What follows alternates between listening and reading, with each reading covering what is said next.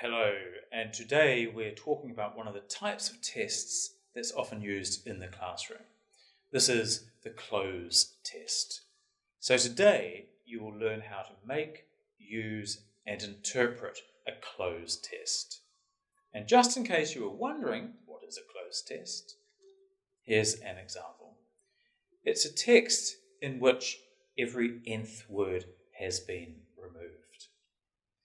And to tell us about Cloze tests, how to use them, how to make them, how to interpret them, I'm joined today by Associate Professor Peter Gu. So Peter, before we came on camera, you were telling me about your observation of the use of Cloze tests in China. Can you just share that with everybody? Right. Actually, I was surprised once when I was observing a group of teachers preparing for lessons together in Beijing. I was surprised because everybody was talking about, okay, can you do this next week, prepare the test? I was thinking, what test are they preparing? And it turned out that they were preparing Cloze tests for every lesson they teach. At least one teacher is in charge of preparing Cloze tests. Okay. So a great overuse of Cloze tests. Yeah. They were preparing nothing else but Cloze tests. Okay. So today we're going to talk about Cloze tests and how they can be used and what they can be used for.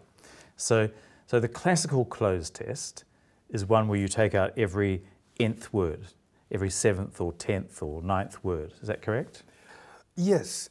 But normally, if you take the more words you take, when that number increases, the nth word, for example, every 10th word versus every 5th word, when that number increases, it's getting easier and easier. When that number decreases, it's getting more and more difficult. So the smaller the gap, the space between the gaps, the harder the test. Yeah, of course. Okay. So let's just talk about what are the good things that classical Cloze tests can be used for? When you remove every nth word from a text, what you're doing is to insert almost noises inside the text. Basically, what you're testing is different levels of knowledge.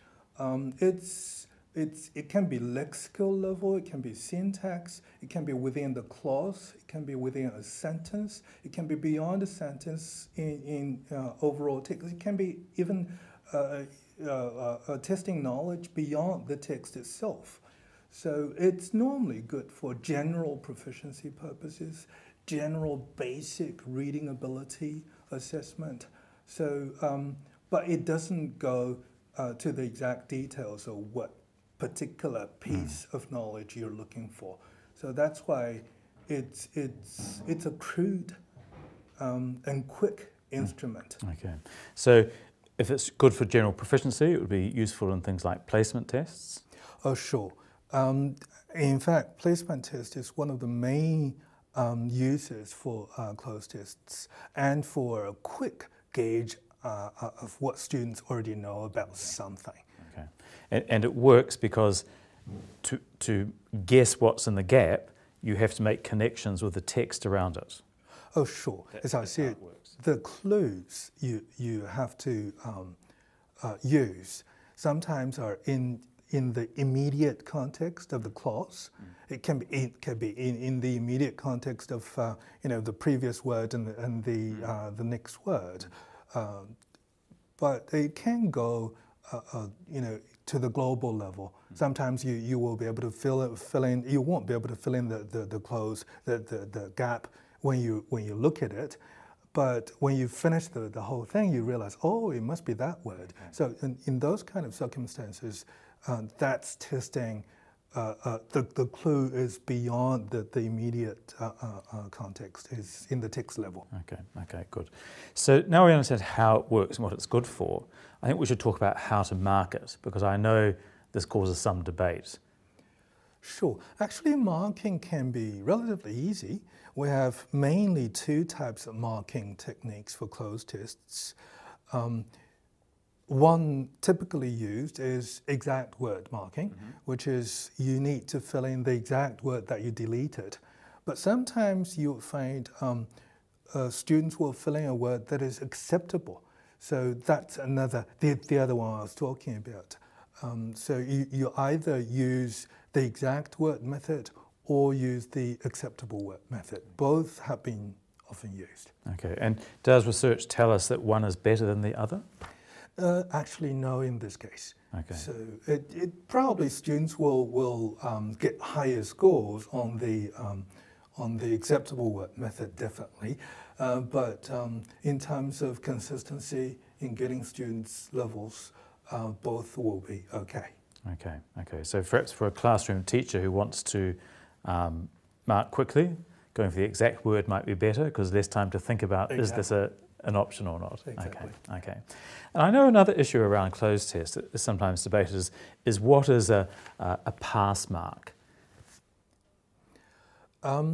Depending on your purpose of the test, most of the time you don't want a pass mark or a fail mark because most of the time closed tests are there for, if it's, for example, for placement purpose, you arbitrarily put a mark somewhere so that, you know, people beyond this mark will go to this class, people below this mark will go to this class. It's practical purposes for placement.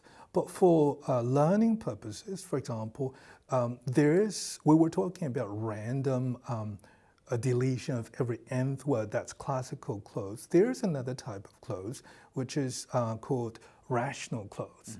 The RationalCloze type will basically include, the deletion of the words will be dependent on the teacher's choices. You want, it's called rational because you, the teacher, delete certain words because you want to delete them, just to check whether those words are known or that particular syntax where the word appears is known to the students. For those kind of cloze tests, it's a matter of checking whether students know that particular word or that particular syntax.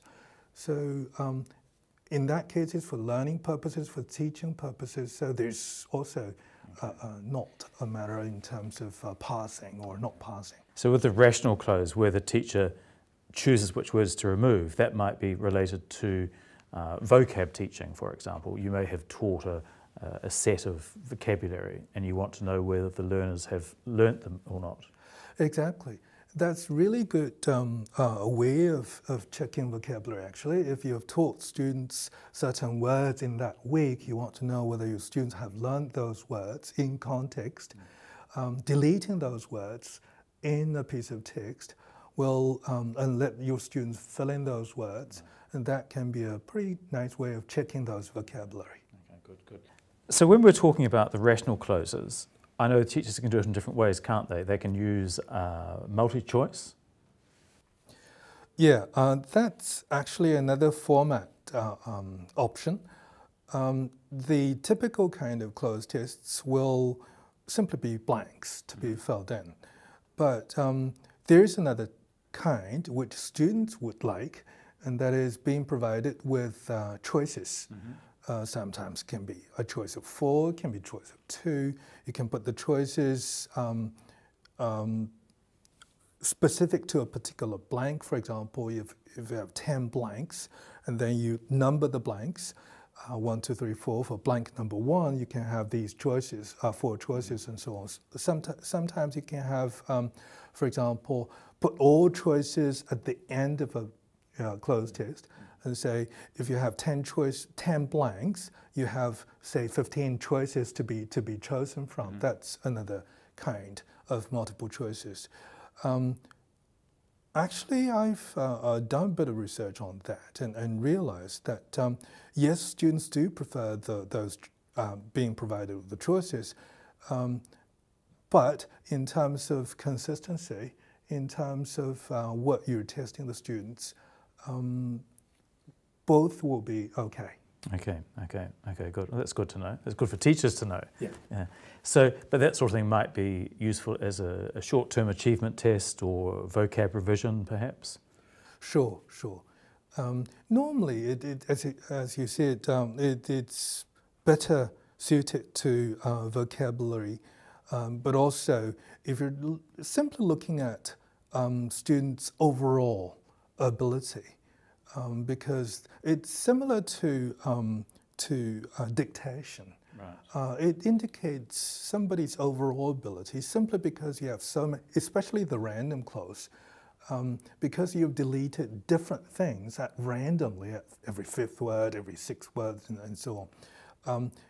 The blanks demand different contextual knowledge. Right. That's why in order to be able to fill all the blanks correctly, you have to demonstrate your different aspects of knowledge about that piece of text.